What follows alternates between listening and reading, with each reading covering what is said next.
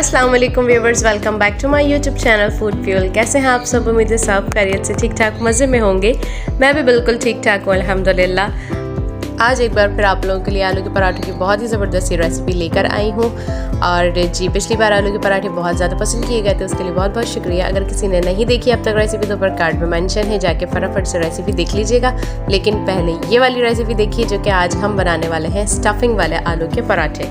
ये भी बहुत ज़्यादा डिफरेंट और मज़ेदार से बनने वाले हैं। आप तो जी, रेसिपी को स्टार्ट करने से पहले फटाफट से इंग्रेडिएंट्स नोट डाउन कर लीजिए और रेसिपी को एंड तक लाजमी देखिएगा। फटाफट से रेसिपी कार्ड देखते हैं और फिर बनाते हैं आलू के पराठे।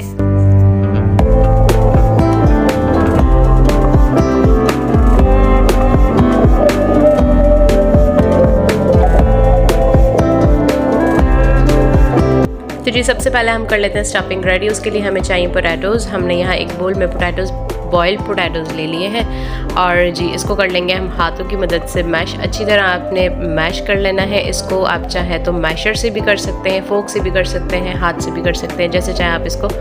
बस मकसद है कि इसको मैश करना है, कोई चंक्स ना रह जाए इसमें। ठीक हो गया। अच्छा जी, इसमें चली जाएगी चॉप्ड अनियन। इसके स्पाइसेस बहुत ही ज़बरदस्त, बहुत ही डिफरेंट मज़ेदार से हैं। और जी साथ ही ऐड कर देंगे हम हरा धनिया, काट के चॉप करना है इसको भी अच्छे से।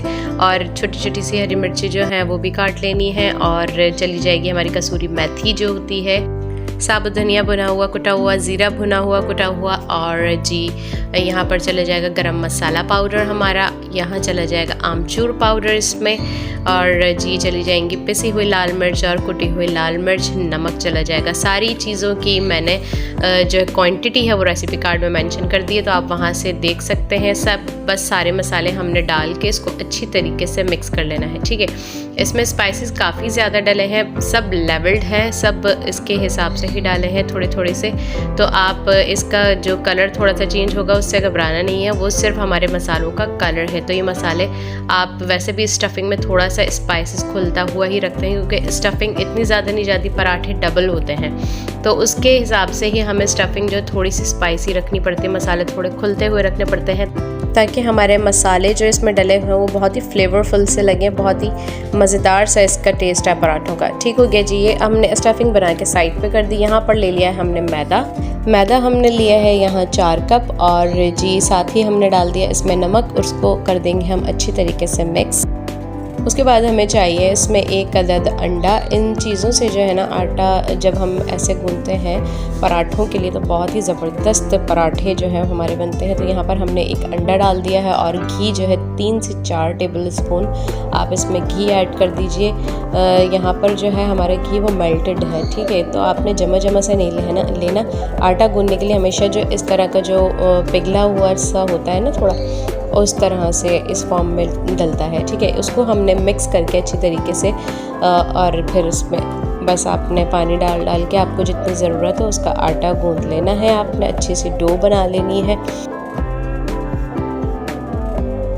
तो देखिए यहाँ पर हम करेंगे थोड़ी सी पंचिंग और हमारा कितना खूबसूरत सा आटा रेडी हो चुका है। तो बस फिर चलते हैं अपना पराठे बनाने की तरफ। तो बस फ्लेम ऑन करेंगे और जी आ जाइए, हम निकालते हैं अपने छोटे छोटे से बॉल्स बना लेते हैं पराठे बनाने के लिए। ठीक है जी, और आपने पराठे जब हम स्टफिंग वाले बनाते हैं तो हमारा जो पराठा होता है वो डबल होता है, दोनों तरफ होता है। तो हमने एक बड़ा बॉल नहीं बनाना होता, उसमें छोटे छोटे से बनाने होते हैं ताकि हमारी दोनों तरफ बहुत ज़्यादा हैवी ना हो जाए। ठीक है, यहाँ पर हमने छोटे छोटे से बॉल्स बना लेने हैं सारे एक ही साइज़ के। और आपको जितने पराठे चाहिए उस हिसाब से आपने डबल करके आपने बॉल्स बना लेनी है। ठीक हो गया जी।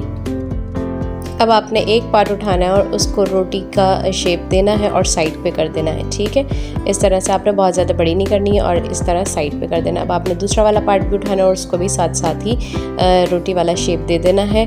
फिर उसके बाद हम इस पे करेंगे अपनी स्टफिंग आलू की, जो हमने बहुत ही चटपटी मज़ेदार सी बना के रखी है, वो स्टफिंग हम इस पे करेंगे। ठीक है, देखिए जी यहाँ पर ये हमारी रेडी हो गई है रोटी।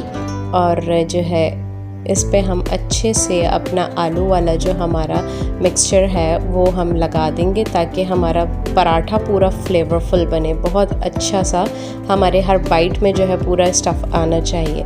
ठीक है, इस पे हम बहुत अच्छे से स्टफिंग कर लेंगे। साइड्स पे थोड़ा थोड़ा सा देखिए मैंने कितना बिल्कुल हाफ इंच का जो है वो छोड़ दिया है, ताकि हमारा जो साइड्स है ना वो लॉक हो जाए।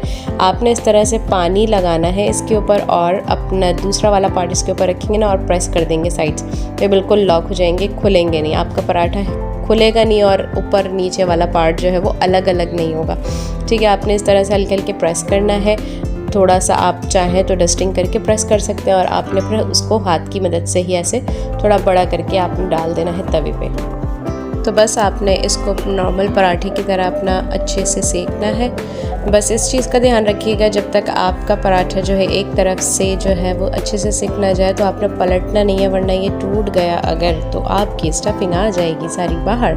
तो जी इस चीज़ का आपने ख्याल रखते हुए अपना पराठा अच्छे से सेकना है। एक साइड से हो जाए, देखिए कितना खूबसूरत सा कलर इसका आ चुका है। एक साइड हो गया, फिर दूसरा साइड हमने इसी तरह से डन कर लेना है जल्दी जल्दी फटाफट से, जब तक आपका पराठा यहाँ पे सेकेगा। और आपने दूसरी रोटी भी इसी तरह रेडी कर लेनी है। ठीक है, तो यहाँ चला जाएगा हमारा दूसरा वाला पराठा, और इसी तरह घी डाल के आपने अच्छे से इसको भी सेक लेना है। और जी ये देखें कितना प्यारा हमारा ये वाला पराठा भी रेडी हो चुका है। तो बस फिर आपके पराठे जब रेडी हो जाए, और ये पराठे जो हैं जब गरम गरम ही खाए जाए तो ही मज़ा आता है। आप इसके साथ चटनी बनाएं, ज़ीरे वाला रायता बनाया, लहसुन की चटनी बहुत अच्छी लगती है। अगर किसी को अचार पसंद हो तो अचार का, मुझे पर्सनली नहीं पसंद अचार, मेरे घर में लोग खाते हैं। तो जी ये दूसरा वाला पराठा भी हमारा रेडी हो चुका है, और यहाँ पर हम इसको कर लेते हैं डिश आउट।